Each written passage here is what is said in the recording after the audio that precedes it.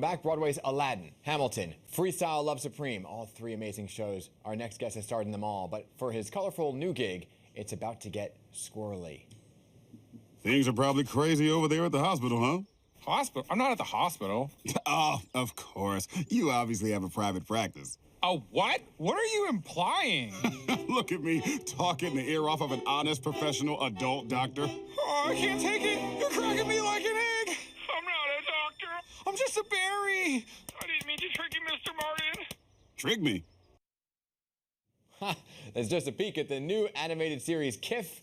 And lending his Tony Award-winning voice to the show is our bestie, actor, singer, freestyler, Tony Award winner, Mr. James Monroe Iglehart. Good to see you in person. Thank you very much, my man. Good to be back. I love you. I'm a Thank you. huge fan of your work. You guys are so good to me. You guys are so good to me, so thank you. Keep coming back. So congratulations on this. This is a new animated, entering the animated world here at Kiff. What kind of drew you into that? I am an animation buff. I was that kid that would race home after school, by 2:30, get home so I can be home for 3 o'clock for whatever was G.I. Joe, Transformers, Looney Tunes on Saturdays, Scooby-Doo, Fat Albert, all those cartoons. I loved all those things. My friends knew all the basketball players, and I knew all the voices. Right. And that's such a weird nerd moment. Brothers are talking about magic, and you're like, oh my God, you know who Paul Frees is? And they're like, no, who the heck is that? Right. So I've always wanted to be in animation. And after Aladdin, I was able to do a wonderful Disney cartoon called Rapunzel's Tangled Adventures. And from then, now here I am with Disney's Kiff, and it's so much fun. So what is Kiff all about here? We said things are getting squirrely. Yes, Kiff is about a wonderful young girl squirrel named Kiff, voiced by the amazing Kimiko Glenn.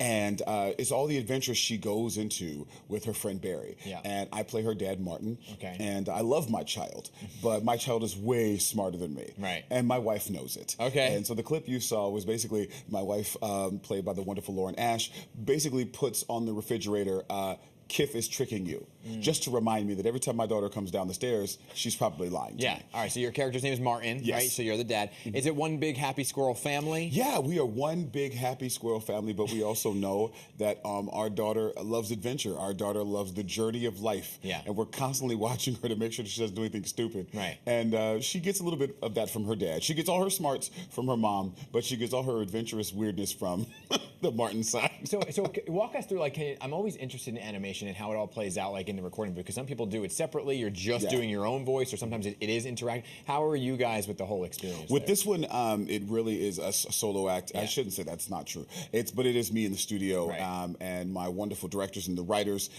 They are in one part of the world, and the other person are in L.A., and they're talking back and letting me know. And so it's one of those separate things. So I get to hear, if some of the other actors record, other places I get to hear their reactions. But most of the time, it's just me just going, or sometimes it's me in my closet at home recording things, and then I get to see it when it's on the screen. Which is great to have you here in person, because that's the last time I spoke to you. You were in the in that. I was in the you closet. Had all your sound gear going on there because of the pandemic stuff. Do you get to sing? Yeah, I do. I have a great song that when I recorded it, I told the writers, I said, guys, my wife is going to kill me, because my children and I love bugging my wife with the most irritating songs we possibly could. And there's a song called the traveling sing-along song that I do in this show. And I got to see a preview of it. I showed my wife, and she was like, I'm going to kill you. She goes, because when the kids learn this, and my kids are grown, when they learn this, everybody's going to die. It's such a great song, but it's an earworm, and it will get stuck in your head, and it just is the silliest, wonderful, most great thing ever. It's one of the best songs I've ever sung. I think I'm gonna have to check it out. I have an 8-month-old daughter. Maybe she can. Get into this is because it's a song you sing before you go on a journey. Okay. And you get in the car, you sing the song, and if you sing the sing-along song, you have to sing all the words. Nothing will go wrong. But if you don't sing all the songs, something bad could happen. Okay, very nice. So you also star in Mr. Puppy Paws. Yes. Which is another Disney Junior hit series. Super Kittles. Super Kitties. Super Kitties, excuse me. Super Kitties. Oh, gosh, where did I get Kittles from? Kibble, Kittles, it's all the same.